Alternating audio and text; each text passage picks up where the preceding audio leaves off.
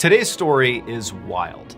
I mean, honestly, it doesn't even sound real, but we pulled the story directly from newspapers all around the world, so it definitely did happen. But before we get into today's story, if you're a fan of the strange, dark, and mysterious delivered in story format, then you've come to the right place because that's all we do, and we upload once a week. So if that's of interest to you, please swap out the like button spray deodorant for extremely harmful pesticide. Also, please subscribe to our channel and turn on all notifications so you don't miss any of our weekly uploads. Okay, let's get into today's story.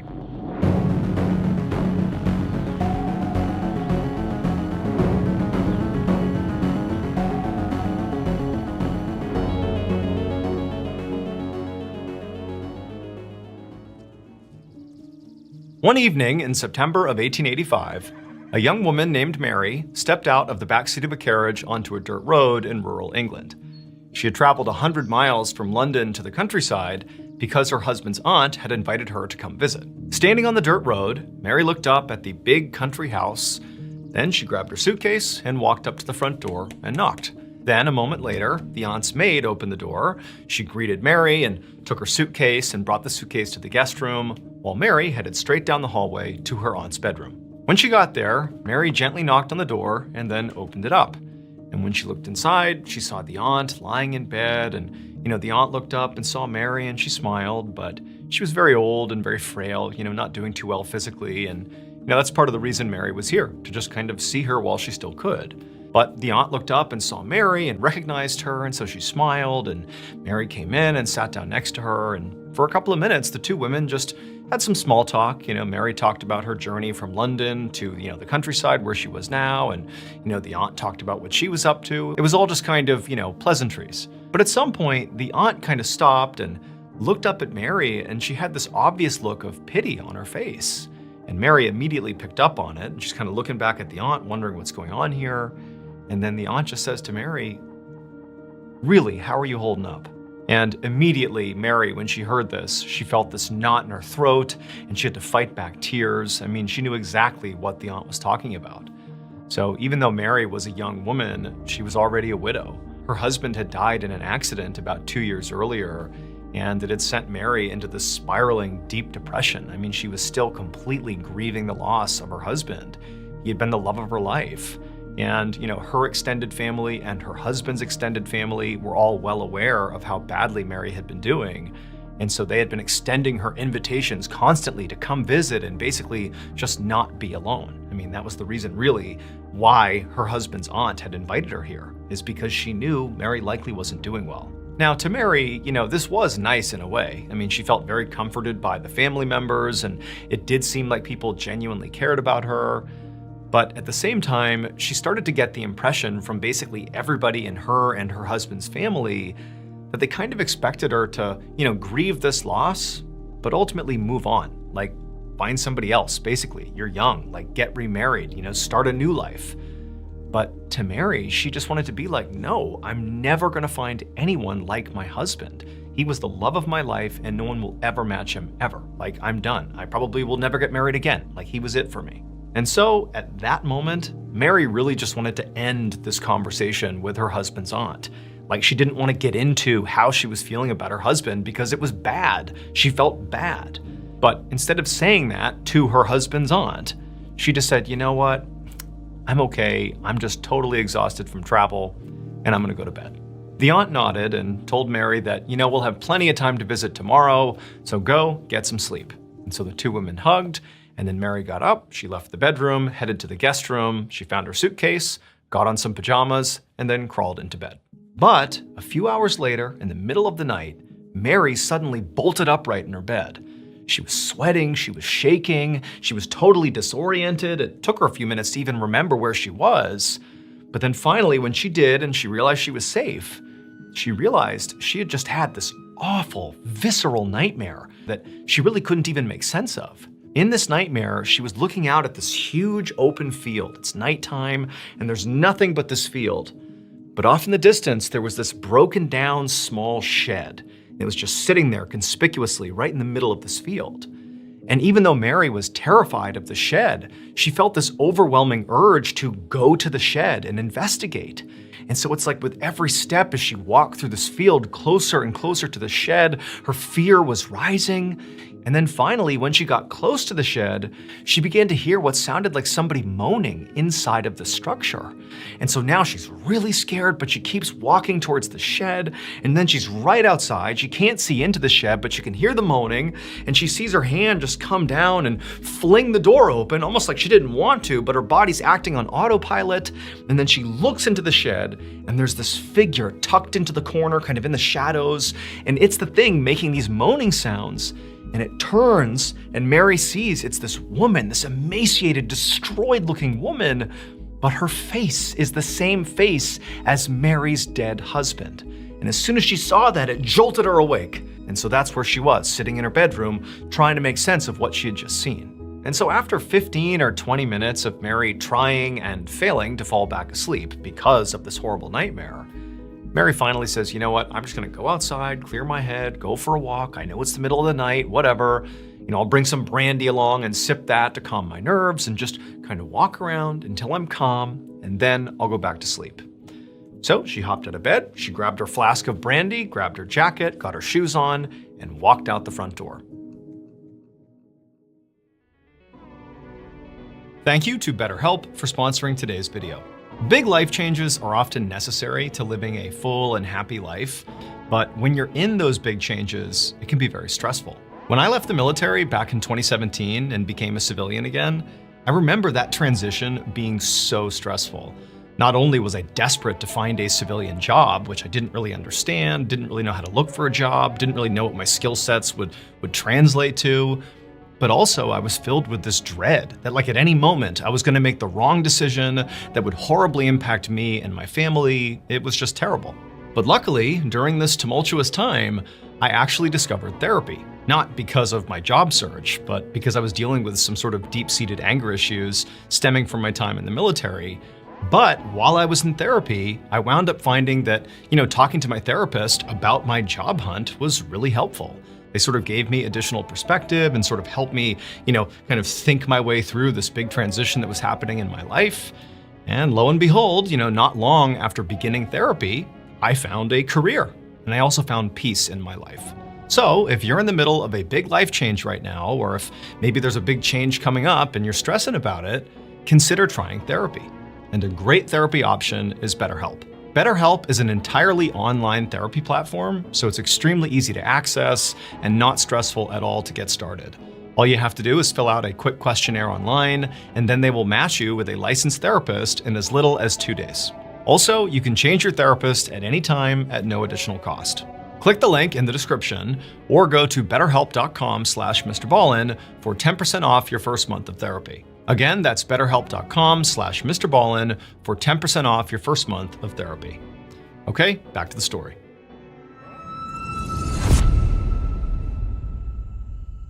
About 15 minutes later, Mary was walking up a hill with the moonlight casting down on her. She was sipping her brandy as she went and was already beginning to calm down. Now, Mary was used to living in the city, in London, and so being out here in the countryside was so different. It was so beautiful and peaceful and spaced out that she had kind of just begun walking and not stopped. I mean, she originally thought she would just stay on the aunt's property, but already she was well beyond the property lines and was basically just out exploring in the middle of the night, and she was having a nice time. And so up the hill Mary goes. Now, remember, Mary has never been to this area. This is basically an all new place. She has no idea what's over here. And she goes up this hill, she crests the top, and she gets a look at what's up there for the first time. And when she sees what's up there, she freezes. She's looking out at this huge field, basically in all directions. And in the center of this field, maybe a couple hundred yards away, is a single small structure, a broken down wooden shed that looks nearly identical to the shed she had just seen in her nightmare. And as soon as she saw that, she's terrified because she knows it's the same one or it's eerily similar. But worse than that, when she saw it, despite her own fears and trepidations about being up here, she felt herself moving towards the shed. It was like her body went into autopilot the same way it did in her dream. It was like she had to go to the shed, even though everything inside of her logically is saying, don't go. But into the field she goes. She deviates off the path and just starts walking towards the shed. Her heart is beating like mad.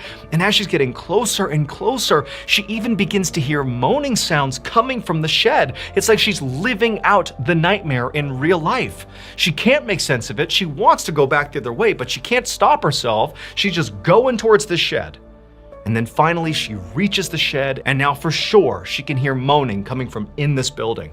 And she sees her hand reach down, and she flings open the shed, and she looks in, and sure enough, there is this dark figure tucked in the corner, clearly moaning, like this is her nightmare in real life. But when the person inside the shed turned to look at Mary, it was a woman, but they didn't have her dead husband's face. Instead, it was a woman who practically looked like she was dead or close to death. She obviously needed help. Now, at this point, Mary was kind of relieved. I mean, this whole situation is terrifying, but she was expecting to, somehow see her dead husband's face on this person in the shed. And so when it wasn't, and it was just like a normal person, albeit in a very strange set of circumstances, it was a relief. But now Mary didn't know what to do. It's like she's standing there looking at this woman, having no idea what to do. She doesn't understand how she could have dreamed this and now basically lived it too. Like nothing's adding up. But again, it was like her body continued to operate in this autopilot mode. She suddenly had this really intense desire to go into the shed and help this woman. She didn't know who she was. This is a total stranger in the middle of a field in a shed who's moaning and looks terrible. She has no idea what's going on. But in she goes, and she sits down next to this woman who's now kind of eyeing Mary like, what are you doing in here with me? And Mary says to her like, hey, what's going on? How'd you get here? What's wrong? Like, what's happening? But the woman, it was clear she wanted to respond to Mary and, tell her what was going on, but, she was too weak. It was like she really was on death's door here. And Mary could clearly see that. Like, she didn't need to be told this woman is in a very bad way here. Now, Mary knew what needed to happen is this woman needs to get to a hospital. But they were nowhere near a hospital, and this woman clearly can't get up and walk. And Mary's thinking, I'm not strong enough to carry this woman to the hospital. Like, what am I gonna do? And, Mary's thinking, maybe if I just run and get help and they can come back here. But she's looking at this woman thinking, I don't know if she'll survive. She's probably gonna die soon. Like, this is gonna happen now. And so Mary, again, sort of in this weird autopilot mode, decides, you know what? I'm gonna stay right here with this woman. She can't even talk. She can't tell me what's going on, but I am gonna be here with her. I'm gonna be present with her. And if she dies, I'll be here to support her. And so Mary just made herself comfortable. She took her jacket off. She put it over this woman.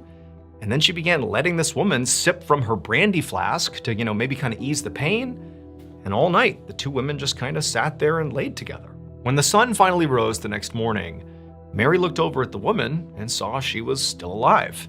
And in fact, if anything, she seemed like her condition had maybe improved slightly. She seemed maybe a little bit more comfortable. Maybe that was from all the brandy. Who knows? But the woman seemed like she had stabilized a little bit. Still couldn't talk or really tell Mary anything, but she seemed to be doing a little bit better.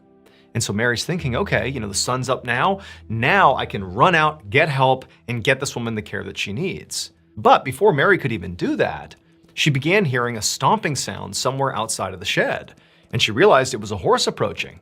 And so Mary, she bolts out of the shed and she looks over towards the road, and there's a horse pulling a covered wagon going right by, and Mary screams and yells and says she needs help. And a man pops his head out of the wagon and says what's going on, and Mary runs over to him and explains this weird situation, how there's this strange woman over here and she's clearly dying, she needs our help. And the man agreed to help. And so he went with Mary to the shed, he picked the woman up, he put her inside of his wagon, and then the three of them together in this wagon drove to Mary's husband's aunt's house. When they got there, the man carried the strange woman inside of the aunt's house, and then Mary told the aunt's maid to go call for the town doctor, and so she said she would. And so at this point, Mary was actually completely relieved. I mean, this was kind of a wild, very unexpected night. I mean, she doesn't even know who this woman is, but she's definitely happy that she's getting, some level of care here. But Mary sort of felt like her role in this was kind of diminished now. She's gotten the woman here and she's feeling so tired and weak from being up all night. And so Mary decided she would just take a nap. I mean, she had been up all night with this woman. She was exhausted. So into her bedroom she went, she climbed into bed, but as she's laying there, she realized she wasn't just tired, she actually felt kind of sick, like ill. And over the next few hours, as she kind of tossed and turned in her bed, not really able to sleep, she would develop this horrible fever. And this fever would just get worse and worse and worse, and Mary would become bedridden, dealing with this mystery illness for weeks, just drifting in and out of consciousness the whole time. It was October by the time Mary's fever finally broke.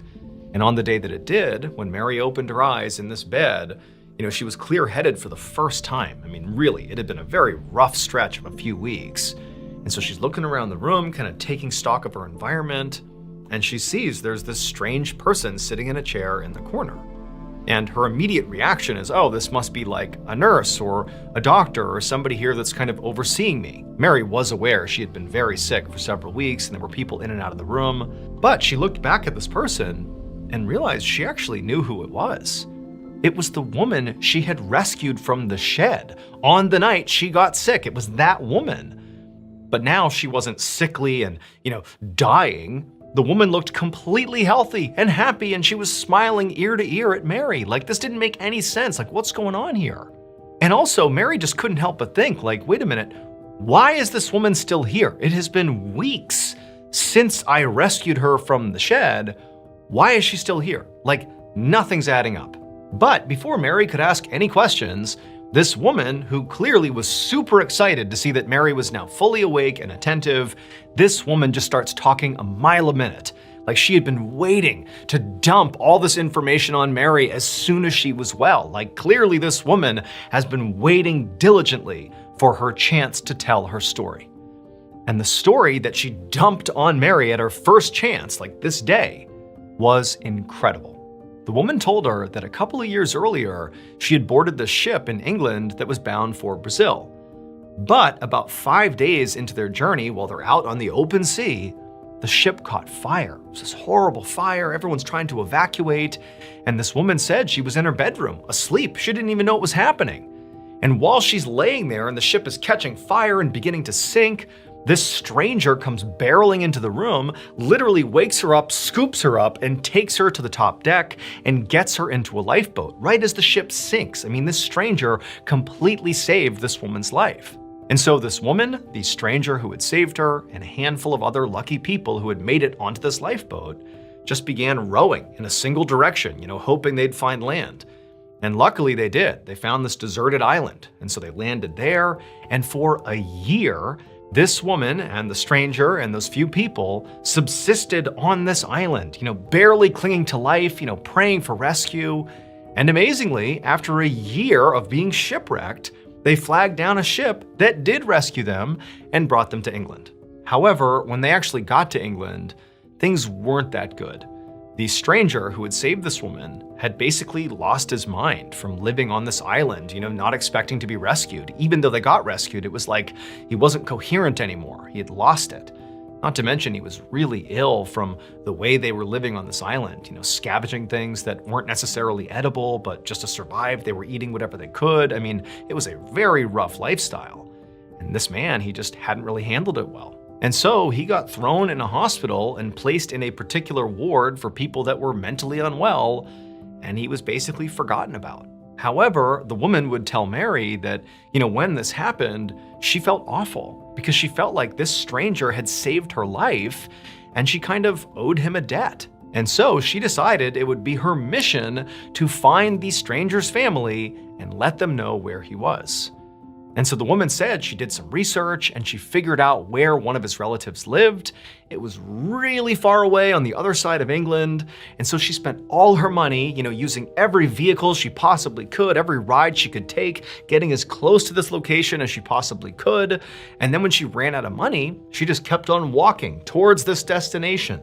And she kept going until she literally ran out of food and water, but she wasn't quite there yet. She knew she was getting close, and she's just walking, and she's basically falling apart, so hell-bent on finding this family member for this stranger, but she can't quite make it. She can't quite get to the family member's house. And that's when she finds this shed out in the middle of the field where she just collapses, thinking, okay, this is where I'm gonna die. And so back in the guest room, Mary is listening to this woman tell this unbelievable story, and at some point the woman just kind of stops when she gets to the shed scene. And Mary's looking at her like, I I don't really understand where you're going with this. I don't understand why you're here telling me this. And the woman, she just starts to laugh, like this joyous laughter, just nonstop laughter. And then she goes, "Don't you get it?" And then seconds later, Mary hears footsteps, and a man walks into the bedroom. And it's Mary's husband. He was the stranger who rescued that woman. He didn't die in an accident 2 years ago like they thought. He was in a shipwreck, but he survived. He was the man who got thrown in the hospital and forgotten about. And it was this woman who was making the journey to his aunt's house to tell her that he was still alive. And it was only because Mary had that totally bizarre nightmare that sort of led her to that shed that she found this woman who would have died in that shed and never quite gotten to the aunt's house, and so never could have told the family, never could have told Mary that her husband's still alive. It was because of that dream that fate aligned, and now her husband was back. Mary and her husband's story wound up being published in newspapers all over the world. I mean, people really could not get enough of this story. But despite how far-reaching this story became, nobody was ever able to come up with a logical explanation for how so many coincidences and this crazy dream Mary had, how it all came together to reunite Mary and her husband.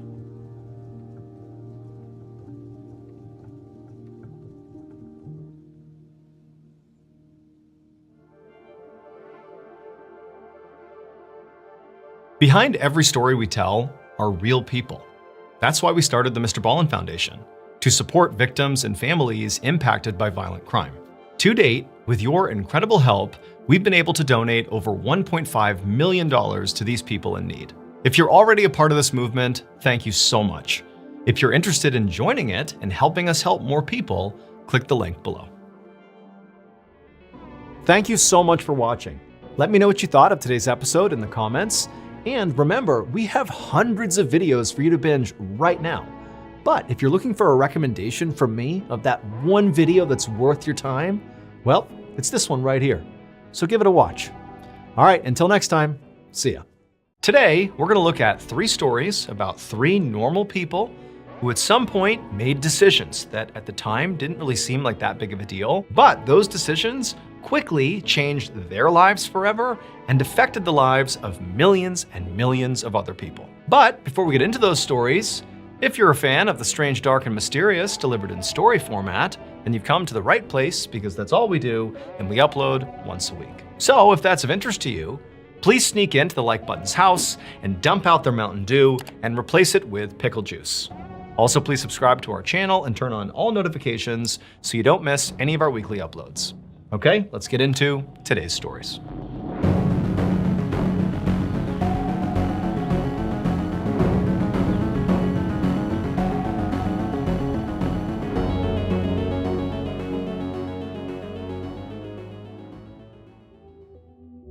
One afternoon in 2009, a 38-year-old man was sitting inside of a manga cafe in Seoul, South Korea. So a manga cafe is a lot like a normal cafe. You can go inside and buy snacks or drinks and socialize, do whatever. But also, in manga cafes like this one, they have these big in-store libraries that contain manga. And manga are like comic books. Now, this man did not have a lot of money. And so when he went inside of this cafe, he didn't buy any drinks or food. He just went up to the in-store library, grabbed an edition of his favorite manga series, and just sat down and began to read. Now, this man had read this particular series multiple times. He just kept coming back to it because he thought it was like the best manga you could possibly read. Now, a lot of people actually didn't know what to make of this particular series. It was actually kind of controversial because it was so over-the-top violent, like well beyond any other series. But to this man, that sort of made it stand out. It made it sort of special, and he loved it. In fact, it was so crazy, this series, that every time he read it, it allowed him to sort of leave his life for a second and just totally escape into this wild, violent story. And right now, in this man's life, he really needed that escape because his real life was pretty terrible. He had spent practically his whole life studying and working to try to become a professional writer and director. But in Seoul, the entertainment industry was pretty unpredictable. And so this man had successfully landed a couple of jobs here and there, doing some writing and, doing some directing, but they were small gigs and they typically fizzled out at some point. And so over and over again, like right now in this man's life, he found himself back in the same position he always was in, which was unemployed. At the moment, this man lived with his mother and his grandmother. But even though all three of them were pooling their resources, they still struggled to just pay for rent.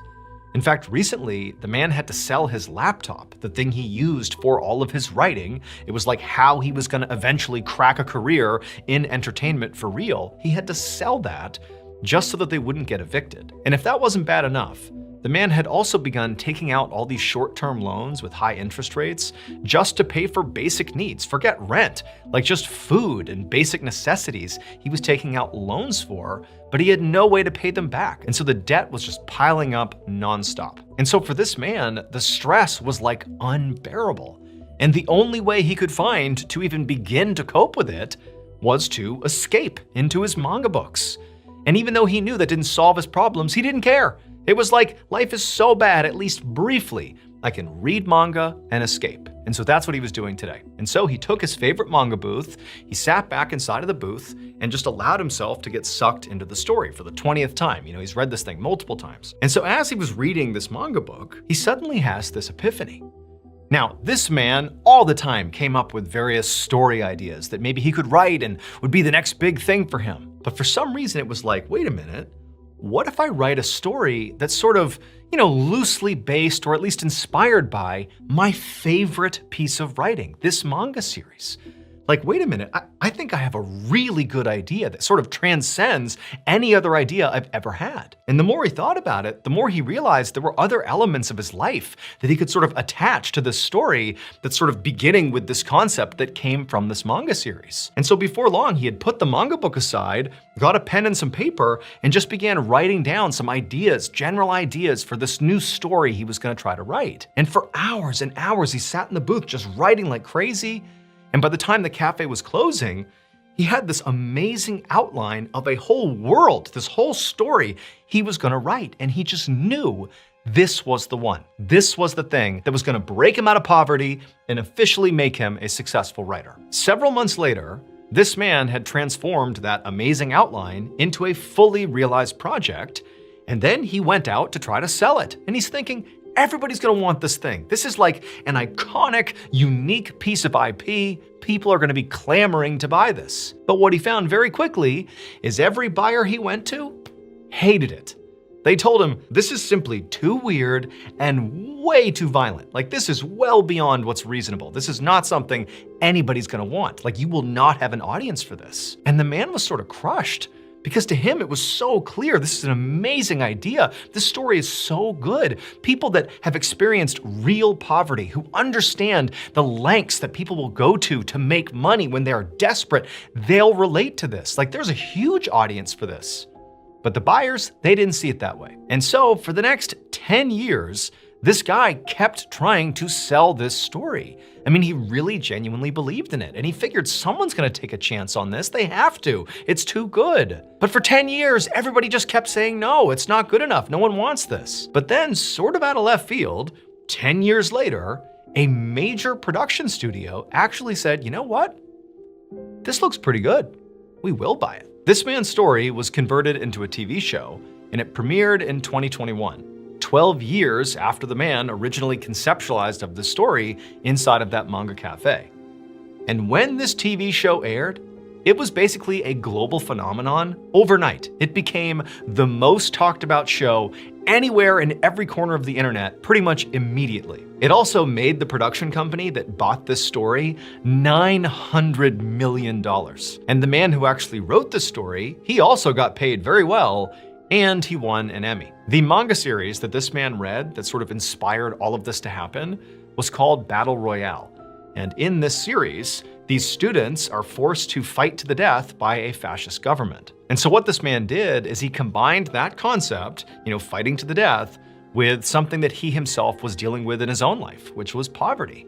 And he knew firsthand, the lengths he was willing to go just to make a little bit of money to make ends meet. And he knew other people who, were dealing with poverty were also sort of desperate. And they would go to great lengths just to make ends meet. And he said, okay, let's marry those two concepts. Poor people who were fighting to the death for money. The writer's name was Hwang Dong-hyuk, and the name of this TV series was Squid Game.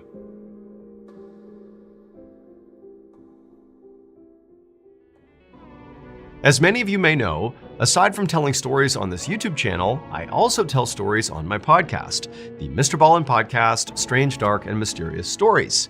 But that's not all. In addition to that podcast, under the Ballin Studios umbrella, there is a whole host of other podcasts that you can binge right now, and their content, all of them, fall into the Strange, Dark, and Mysterious category. For example, if you're into baffling and horrifying medical mysteries, well, you should go check out my other podcast called Mr. Ballin's Medical Mysteries. Or maybe you want to hear from some other voices within our studio, like Luke LaManna. Luke LaManna is a military veteran. He has a super iconic, really deep radio voice, and he has two shows. One is called Wartime Stories, where he basically looks at strange, dark, and mysterious wartime stories, and his other show is called Redacted, where he looks at information that used to be classified, and he dives into it with his military expertise and experience, and he basically shows you the lies and secrets and half-truths that the most powerful institutions in the world have been keeping from us. We also have shows that are just plain creepy and unsettling, like Bedtime Stories, hosted by Richard Weil, where he dives into the supernatural and cryptids and mysterious deaths. I mean, basically his whole kind of niche is things that keep you up at night. And then two other shows that fall into that sort of unsettling, creepy vibe are Late Nights with Nexpo, hosted by the famous YouTuber Nexpo, where he dives into true, crazy, scary stories. And then we also have another show called Run Fool, hosted by Rodney Barnes. And Rodney is like an icon in the horror genre at large. And on his show, he just dives into this wild, chilling lore, like horror lore. People love that show. Or if you're a history buff and you really want stories that are really rooted in the fabric of our timeline, I mean, stories that are truly historically accurate, but still strange, dark, mysterious, and crazy, well, check out A Twist of History, hosted by Joel. He's great voice. He's a very thorough host.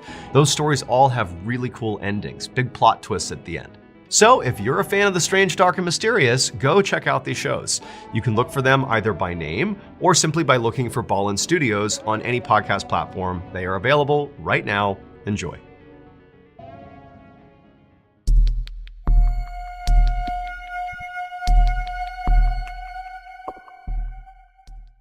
One day in the summer of 1953, a 30-year-old man named Sam Phillips was cleaning up his recording studio, which was located in a fast-growing city known for their vibrant music scene. Sam had just finished recording a church choir, and now he was getting ready for his next client. And so he was resetting all the equipment and cleaning up. But Sam didn't actually know who his next client would be or when they'd show up. Because Sam's recording studio was pretty unique. Because he was always on the hunt for new talent to sign, he had opened up his studio to anybody who wanted to come in at any time. All they had to do was show up, give him $4, and they could be recorded professionally. This did mean that a lot of times his clients were not very talented, but he felt like it gave him the biggest opportunity to cast the widest net to potentially find his next big star. So that day, Sam finished cleaning up the studio and resetting everything, and then Sam just sat down and waited, hoping that, another client would come through the door.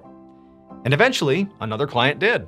This young kid, he was 18 years old, he came strolling inside, he had a guitar slung over his shoulder. Sam had never seen him before, and right away he could tell the kid was pretty shy. And the guy came up to him and he just said, hey, I work as a truck driver, but I love to sing, I love to play the guitar as a hobby, and I just wanted to come in here and, record a couple of ballads for my mom. And so Sam, again, he took all kinds. He's like, absolutely, give me $4 and we can record these ballads. And so the kid handed over $4 and he went into the booth, and Sam's like, all right, you're on. And Sam basically expected this kid to do what most other clients of his did, which was, they'd begin playing and be sort of like not that good at their instrument, and they'd sing off key, and, Sam just kind of sitting there listening to this terrible music, just waiting for it to end. But with this kid, it was different. Once he began strumming his guitar and singing, it was like he totally broke out of his shell. I mean, he was, at first glance, a very shy, sort of reserved guy, but in the booth, he was electric. He was amazing. And so Sam sat there listening to this kid record his ballads and was just so blown away by how talented he was. And then when it was all done, the kid said thank you. He took his recordings with him and he left. And then once he was gone, Sam just made a point to make a note about this kid that just said, "Good ballad singer, save." Basically, remember this guy because I think he's going to be something special. About a year later, in 1954, Sam was back in his recording studio and he was working with another client. It was this band and they were trying to record some songs. But as they were playing, they decided that they were really lacking another vocalist to round out the sound.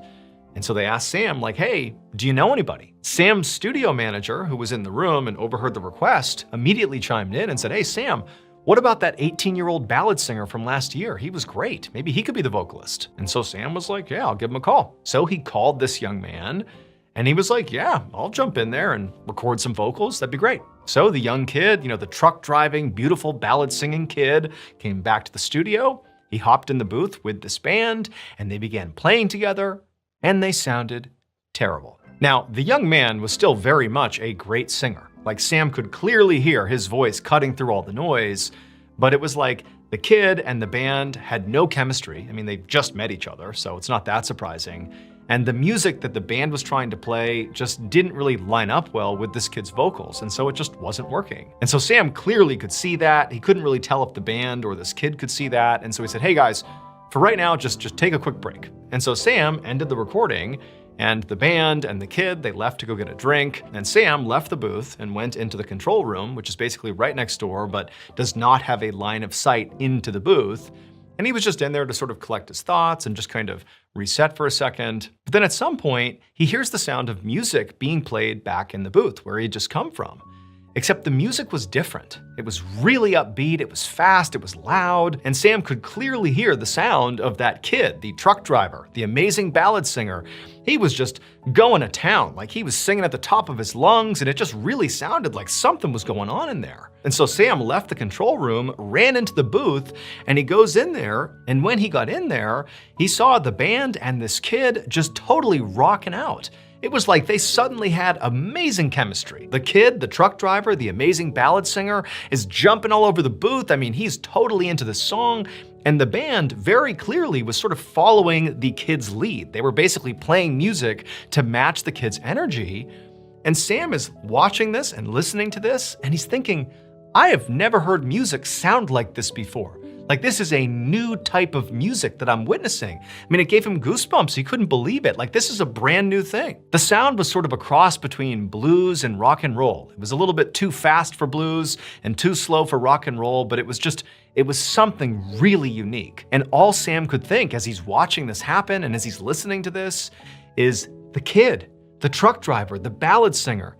He's the star. It's so obvious. This is coming into being because of him. That's the person I've been looking for. That's the star that I've been trying to sign ever since I started this recording studio. And so that very night, Sam and this band helped the kid record his first ever single, which was called That's All Right. And once that song hit the airwaves, that kid did become a star, practically overnight. He catapulted into music fame that few ever achieve. He literally would become one of the most famous musicians to have ever lived. Sam's studio was called Sun Records, and it was located in Memphis, Tennessee. And the young kid, the truck driver who sang amazing ballads, was none other than Elvis Presley.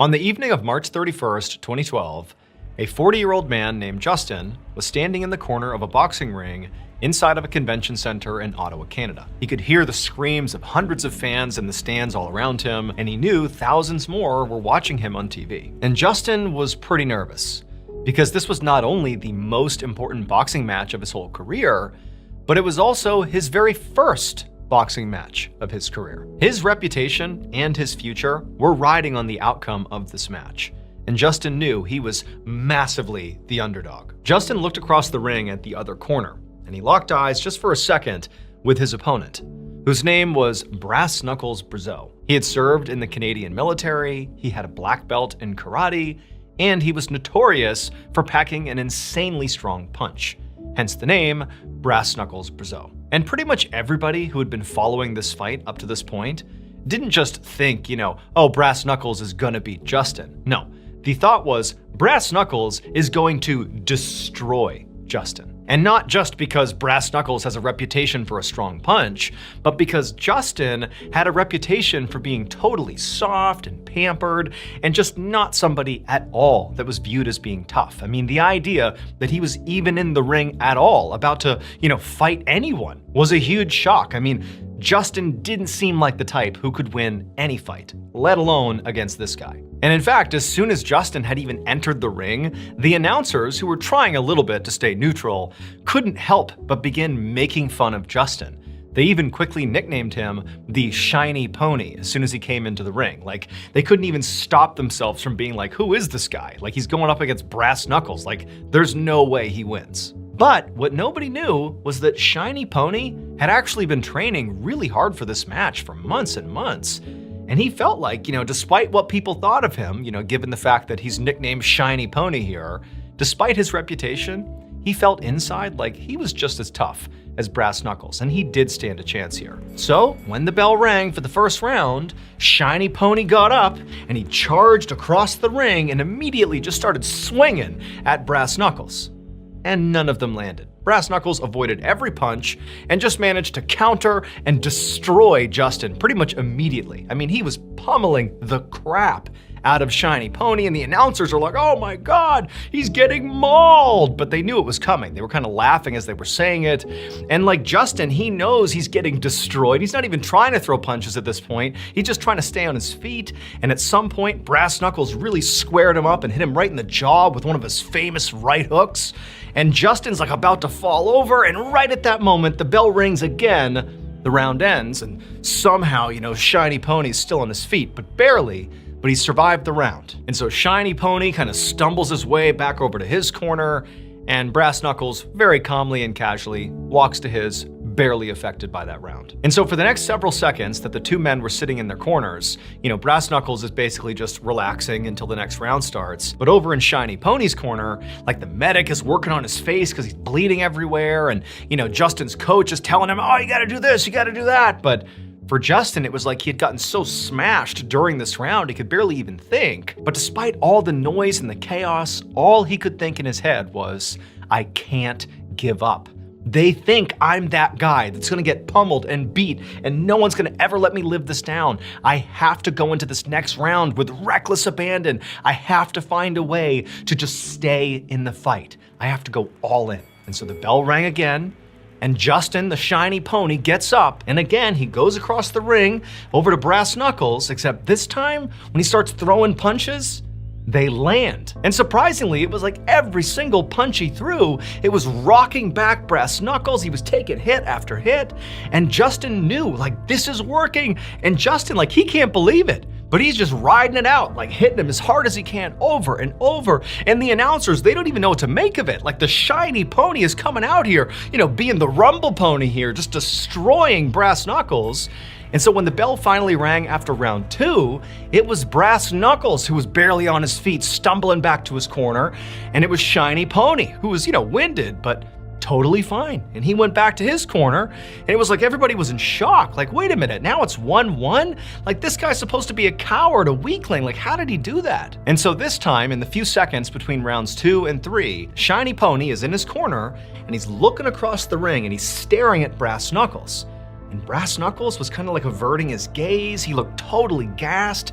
He looked scared. Like, he couldn't believe he was potentially about to lose to the Shiny Pony. And for Justin the Shiny Pony, that was all the motivation he needed. He knew mentally he had an edge in his opponent. And so when that bell rang for the third round, Justin got up and he went over there to Brass Knuckles and just pummeled him. Just over and over, blasting him in the face. And eventually he struck Brass Knuckles in the nose hard enough that his nose kind of exploded and began bleeding everywhere. And the ref actually had to step in and separate them. And even though, both men actually were down to keep on fighting, the ref said, nope, this is too much. And he ended the fight. It was a technical knockout, and Shiny Pony had won. Now, as much as this victory was huge for Justin, the truth was, Justin was not trying to become a professional boxer or really be in the boxing world in any capacity. This was actually just a charity match. And, Brass Knuckles Brazeau also was not a professional boxer. These two had just simply come together to have this match in order to raise money for charity. But Justin had another goal. He knew that his reputation in Canada was of being this sort of soft, pampered, weak guy. And he thought, if I can just get in the ring with a really formidable opponent in Brass Knuckles Brazeau and hold my own and maybe even beat Brass Knuckles in this fight, even though it's for charity, if I can do that, that could potentially sway the public's opinion about me. He was hoping that this fight could basically transform his image and people would see him as, tough and a serious leader. And that is exactly what happened. After this fight, when he won the fight out of left field, nobody could believe it. It was like he was the talk of Canada for a little while there. They're like, oh, look, Justin the Shiny Pony is actually, a little more serious than we thought he was. He's a pretty tough guy. And so Justin would use that momentum from the fight to eventually land the one thing he wanted more than anything else. He would get elected as the Prime Minister of Canada. The Shiny Pony's full name was Justin Trudeau.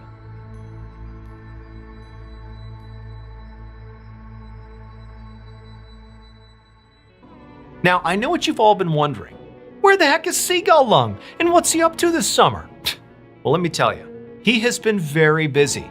He recently graduated from pilot school, and apparently he was so good that he not only graduated at the top of his class, but upon graduation, he was immediately asked to come back and be one of their top instructors.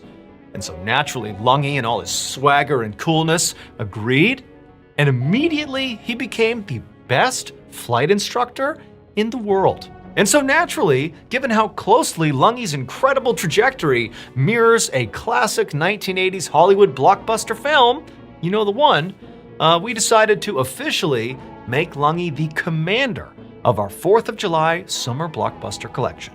And since Lungy has always been my wingman, I decided this time he should have the limelight and I will be his wingman. But in all seriousness, we do have a brand new summer blockbuster collection that's coming out that has our new t-shirts, okay, right here, the one I was just wearing, and this one, it's recognizing one of my favorite movies, the one, celebrating the 4th of July. We also have this nifty bucket hat. We have koozies, okay? Probably gonna get sued. I think there's a pretty good chance we get sued, and so don't know how long this stuff's gonna be online. But right now it is, and if you go to shopmrballin.com, you can get your amazing summer blockbuster Mr. Ballin merch, okay? Again, shopmrballin.com. Probably getting sued, probably getting taken down, so get on there as soon as you can, okay? Also, you might think that's the whole announcement, but it's not. I got something else for you. I'm gonna do a giveaway.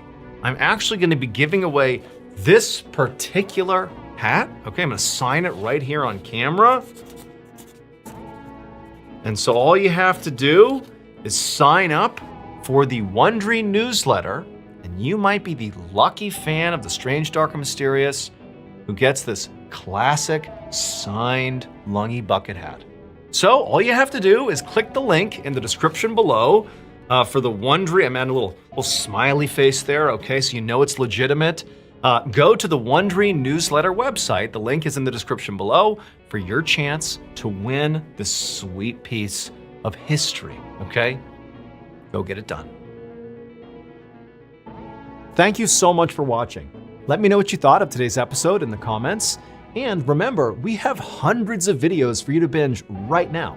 But if you're looking for a recommendation from me of that one video that's worth your time, well, it's this one right here. So give it a watch. All right, until next time, see ya. খাসির মাংস আমি আনতে কইছিলাম আপনার লইগা ভাবছিলাম মজা করে আপনারে রান্না খাওয়াবো আমি এই সময় গোসল করি আমি সকালবেলা গোসল ছাড়া ফেলাই না রিকশা চালান বাদ দিয়া অন্য কিছু করন যায় না করন যায় চুরি করন যায় ডাকাতি করন যায় তুমি ইন্টারনেট চালাও না তুমি সব বিষয় বুঝবাও না অত বুঝবার চাই না কাকা একটু খাসির মাংস দাও না খাসির মাংস নাই রে বাপ লাগবো না ছবি তোলা লাগবো না আমার ছাগল এই তুই কে হয় না জুতো নাই আরে হইছে ছাড়েন আরে কেউ দেখা ভালাইবো দূর চায়ের ব্যবস্থা করে বলাইছো দুধ পাইলা কই চা পাতা পাইলা কই আমার আনতে কইছিল আমি তো আনি নাই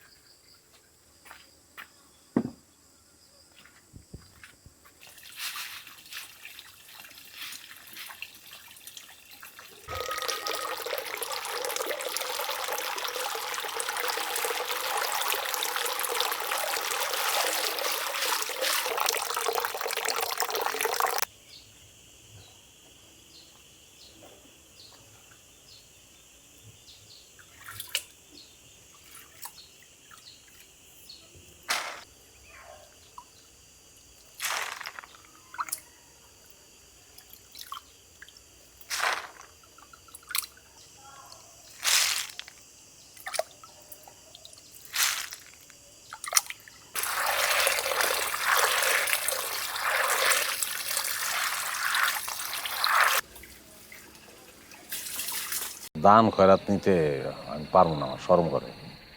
আরে বাবা শরমের কি আছে? আয় পায়েস খাওয়া যাবি। অহন না, পরে আমন এখন যাই। আইস কিন্তু অনেক মানুষ আছে না, আশের মতন ক্যাত ক্যাত করে গলা পর্যন্ত খায়, আমি পারি না। গরিবের বউ না তুমি, খাসি মাংস খাইতে পারতাছি না, 1 ঘন্টা ঘুরে আনি। একটু হাসো, ফ্রি ফ্রি ছাগল পাইতাছো, সুইট করে হাসি দাও। ছেগাইয়া হাসতেছো কেন? একটু সুইট করে হাসো। ও ভাবি, এত স্বাদের মাংস ফালাই দিলেন কেন? ওই খাসির মাংস আমি আনতে কইছিলাম আপনার লইগা, ভাবছিলাম মজা করে আপনারা রান্না খাওয়াবো। কোন রঙে বানায়াছ ঘর খানি।